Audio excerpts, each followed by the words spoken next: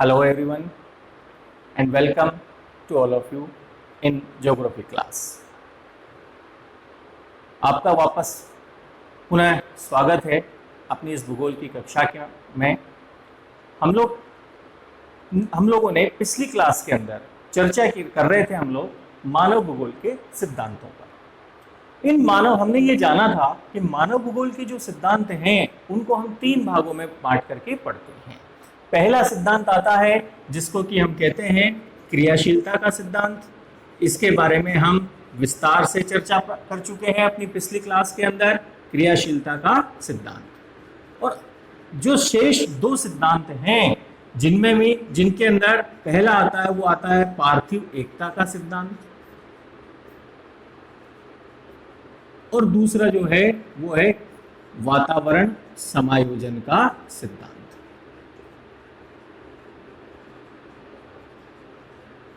आज हम इन दोनों सिद्धांतों पर चर्चा करेंगे, यानी कि प्रिंसिपल ऑफ एक्टिविज्म पर हम लोग चर्चा कर चुके हैं और अब हम आज बात करते हैं पार्थिव एकता का सिद्धांत और वातावरण समायोजन का सिद्धांत। सबसे पहले हम बात करते हैं इस पार्थिव एकता के सिद्धांत पर, यानी कि हमें अब इस पर चर्चा करने से पहले हमें ये जो शब्द यहां पर आया है पार्थिव एकता, टेरेस्ट्रियल यूनिटी, हमें इसका अर्थ जानना होगा कि यह पार्थिव एकता क्या है। फिर इसी के बाद हम चर्चा करेंगे कि पार्थिव एकता का सिद्धांत क्या कहना चाहता है। तो सबसे पहले हम यहाँ पर ये जाने कि पार्थिव एकता क्या है। जैसा कि हमने मानव भूगोल की परिभाषा में भी जाना था कि सभी तत्व एक दूसरे से जुड़े हुए हैं। ये जो संबंधन, इनके बीच में जो संबंध है, इनके बीच का जो जुड़ाव है, उस जुड़ाव को ही हम पार्थिव एकता कहते हैं। यानी कि किस प्रकार का जुड़ाव कि एक में परिवर्तन के कारण से दूसरे में भी परिवर्तन होता है और दूसरे के कारण से पहले में भी परिवर्तन होता है। यानी कि अगर हम एक में परिवर्तन कर दें तो उसका प्रभाव अन्य सब कई तत्वों पर पड़ता है और उनमें परिवर्तन का प्रभाव इस पर भी पड़ता है। यानी कि सभी चीजें एक दूसरे से घनिष्ठ रूप में जुड़ी हुई हैं। एक कारक में यदि कोई भी परिवर्तन होता है तो उसका प्रभाव दूसरे कारक पर भी पड़ता है। यहां पर यह विषय नहीं है कि परिवर्तन किस दिशा में होगा, धनात्मक हो या ऋणात्मक हो, यह विषय नहीं है। परिवर्तन हो रहा है क्यों? क्योंकि सभी आपस में जुड़े हुए हैं। इसी कारण इसी तथ्य को हम क्या कहते हैं? पार्थिव एकता के नाम से जानते हैं। तो अब पार्थिव एकता का सिद्धांत क्या कहना चाहता है ये भी हम बिल्कुल स्पष्ट तौर पर समझ सकते हैं कि क्या कह रहा है। वो यही कि इस धरातल पर सभी पदार्थ आपस में जुड़े हुए हैं, इन सभी के मध्य पार्थिव एकता पाई जाती है और हमारे जो अध्ययन का दृष्टिकोण होना चाहिए वो भी इसी तथ्य को ध्यान में रख करके होना चाहिए। अब अगर हम बात करें तो ये पार्थिव एकता हमें किस प्रकार से दिखलाई देती है। ये पार्थिव एकता हम अगर चर्चा करते हैं तो हमें कई प्रकार से दिखाई देती है। जैसे कि हम बात करें कि वायु, पहले अगर हम देखें तो ये जो हमारा वायुमंडल है, इस वायुमंडल के जो विभिन्न तत्व हैं ये सभी क्या हैं? आपस में जुड़े हुए हैं। विभिन्न तत्वों में संबद्धता पाई जाती है। तापमान के कारण से वायुदाब में परिवर्तन होता है, वायुदाब में परिवर्तन से पवन की दिशाओं में परिवर्तन हो जाता है, पवन की दिशा में परिवर्तन से फिर तापमान में परिवर्तन हो जाता है। सब आपस में जुड़े हुए हैं। यानी कि जितने भी वायुमंडलीय तथ्य हैं, वायुमंडलीय घटक हों, यदि इनमें एक में भी परिवर्तन होता है तो उसका प्रभाव बाकी अन्य तथ्यों पर पड़ता है। क्यों? क्योंकि ये सभी आपस में एक दूसरे से घनिष्ठ रूप में जुड़े हुए हैं। ये जो घनिष्ठ रूप में जो जुड़ाव होता है ये जुड़ाव ही क्या कहलाता है? पार्थिव एकता कहलाता है। तो वायुमंडल के विभिन्न तत्व सभी आपस में जुड़े हुए होते हैं। अब वायुमंडल के ही नहीं, ये जो हमारे विभिन्न धरातलीय तत्व होते हैं, ये धरातलीय तत्व भी एक दूसरे के साथ संबद्धता रखते हैं। सभी आपस में जुड़े हुए हैं, चाहे वो हमारे यहाँ पर धरातल के अंदर स्थल मंडल हो, चाहे हमारे यहाँ पर जलमंडल हो, ये सभी आपस में एक दूसरे के साथ घनिष्ठ रूप में जुड़े हुए हैं। स्थल मंडल के विभिन्न भूभाग चाहे वो पर्वत हो, पठार हो, मैदान हो, घाटियां हो, चाहे जलमंडल की या जल की विभिन्न गतियां हो, ये सभी, ये जो संबद्धता है वो हमें इन धरातलीय तत्वों के अंतर्गत भी दिखाई देती है, यानी कि ये सब भी आपस में जुड़े हुए हैं। अब तीसरी बात ये आती है कि ये जो पार्थिव एकता है ये केवल भौतिक तत्वों में ही नहीं पाई जाती, ये सांस्कृतिक वातावरण में भी पाई जाती है।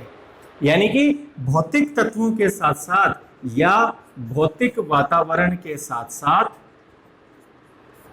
सांस्कृतिक वातावरण भी आपस इनके साथ जुड़ा हुआ है। क्योंकि सांस्कृतिक वातावरण में यदि हम बात करते हैं तो हमारी धर्म, प्रथाएं, रीति रिवाज, परंपराएं, ये सब शामिल हैं। और इन सभी रीति रिवाज, परंपराओं, प्रथाओं पर, मान्यताओं पर किसका प्रभाव पड़ता है? वातावरण का प्रभाव पड़ता है। हम ये भी जानते हैं देश, काल और परिस्थिति के अनुसार इनमें हमें परिवर्तन देखने को मिलता है। तो ये सब अगर हम बात करें तो ये सब भी आपस में एक दूसरे से जुड़े हुए हैं, चाहे हमारा भौतिक वातावरण हो, चाहे हमारा सांस्कृतिक वातावरण हो। तो ये सभी वातावरण के रूप में भी ये सभी तत्व, ये जो पार्थिव एकता है वो हमें इन तीन तत्वों के रूप के अंतर्गत दिखाई देती है। इसीलिए मानव भूगोल का एक और जो प्रमुख सिद्धांत है वो है पार्थिव एकता का सिद्धांत। यह बात अब बिल्कुल स्पष्ट हो गई कि पार्थिव एकता का अर्थ सभी तत्वों का आपस में होने वाला जुड़ाव। कोई भी तत्व अपने आप में अकेला नहीं है, सभी एक दूसरे से जुड़े हुए हैं किसी चेन की भांति। जैसे चेन की विभिन्न कड़ियां आपस में जुड़ी हुई होती हैं, वैसे ही धरातल पर सभी प्रकार के तत्व, चाहे वो प्राकृतिक हो चाहे सांस्कृतिक हो, सभी एक साथ आपस में जुड़े हुए हैं और ये जुड़ाव ही पार्थिव एकता कहलाता है और इसे ही हम पार्थिव एकता का सिद्धांत कहते हैं। अब इसके बाद तीसरा जो सिद्धांत आता है वो आता है वातावरण समायोजन का सिद्धांत। ये जो वातावरण समायोजन, एनवायरमेंटल एडजस्टमेंट, ये क्या कहना चाहता है? वातावरण समायोजन ये क्या कहना चाहता है सिद्धांत? बहुत साधारण सी बात कि मनुष्य वातावरण के प्रभाव को कभी भी ऐसे ही स्वीकार नहीं करता है, वो उसके साथ समायोजन आवश्यक रूप से करता है। अब ये समायोजन किस प्रकार से हो? दो प्रकार से हो सकता है। पहला अगर हम बात करें, क्या हो सकता है? अनुकूलन। और दूसरा क्या हो सकता है? रूपांतरण। इन दो प्रक्रियाओं के माध्यम से हमें वातावरण समायोजन दिखलाई देता है, क्योंकि हम जानते हैं मनुष्य बुद्धिशील प्राणी है, चेतन है, बुद्धि का उपयोग करता है, वो किसी भी प्रभाव को आसानी से ग्रहण नहीं करता है। और वहीं दूसरी ओर मनुष्य के अंदर बुद्धि की भिन्नताएं भी पाई जाती हैं। हम यहाँ पर किसी विषय के ऊपर चर्चा कर रहे हैं और आप लोग उसको समझ रहे हैं, तो आप सब भी अपने अपने स्तर के अनुसार उस तथ्य को समझने का प्रयास करते हैं, सभी समान रूप से नहीं समझ पाते हैं। तो हम ये बात कहें कि हम क्या करते हैं कि मनुष्य प्रकृति के प्रभाव को कभी भी चुपचाप स्वीकार नहीं करता। वो क्या करता है? सबसे पहले तो उसमें रूपांतरण करने की कोशिश करता है, उसे अपने अनुसार बदलने की कोशिश करता है। उसके लिए वो विभिन्न प्रकार के प्रयास करेगा, चाहे वो शारीरिक श्रम करे या प्राकृतिक तत्वों में परिवर्तन से प्रभाव के कारण से कई और नई चीजों की खोज करे, वो किसी भी रूप में करने की कोशिश करेगा, लेकिन वो रूपांतरण करने की कोशिश करता है। और जहां पर वो रूपांतरण नहीं कर पाता है वहां पर मनुष्य क्या कर लेता है? अनुकूलन कर लेता है।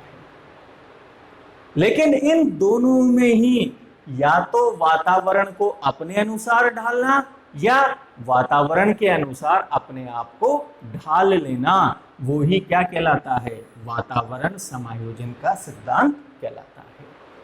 अब यह अनुकूलन भी कई प्रकार का होता है, अनैच्छिक भी हो सकता है और ऐच्छिक भी हो सकता है। न चाहते हुए भी परिवार में ढालना पड़ता है और ऐच्छिक भी हो सकता है।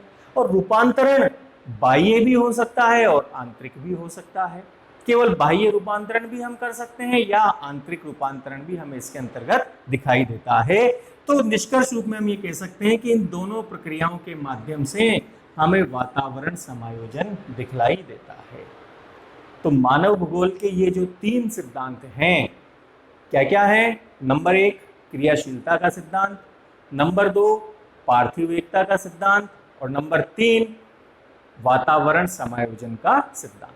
हमने ये 3 सिद्धांत जाने हैं। हम संक्षिप्त रूप में वापस से बात करें तो क्रियाशीलता का सिद्धांत क्या कह रहा है कि सभी तथ्य आपस में जुड़े हुए हैं और एक में निरंतर सक्रिय हैं, चाहे वो सजीव हो चाहे निर्जीव हो, क्षण प्रतिक्षण परिवर्तन होता रहता है। इसीलिए तो कहा गया है कि change is the law of nature, परिवर्तन प्रकृति का नियम है। दूसरा जो सिद्धांत आता है वो आता है पार्थिव एकता का सिद्धांत। पार्थिव एकता का मतलब सभी तथ्य आपस में जुड़े हुए हैं, एक में परिवर्तन का प्रभाव दूसरे पर पड़ता है, निश्चित तौर पर पड़ता है। और तीसरा वातावरण समायोजन का सिद्धांत, जिसके अंतर्गत मनुष्य वातावरण में या तो रूपांतरण करता है या फिर अनुकूलन कर लेता है और इनके माध्यम से वो वातावरण के साथ समायोजित होने का प्रयास करता है। तो क्रियाशीलता, पार्थिव एकता और वातावरण समायोजन, ये 3 सिद्धांत मानव भूगोल की दृष्टि से बहुत ही ज्यादा महत्वपूर्ण माने जाते हैं। Thank you.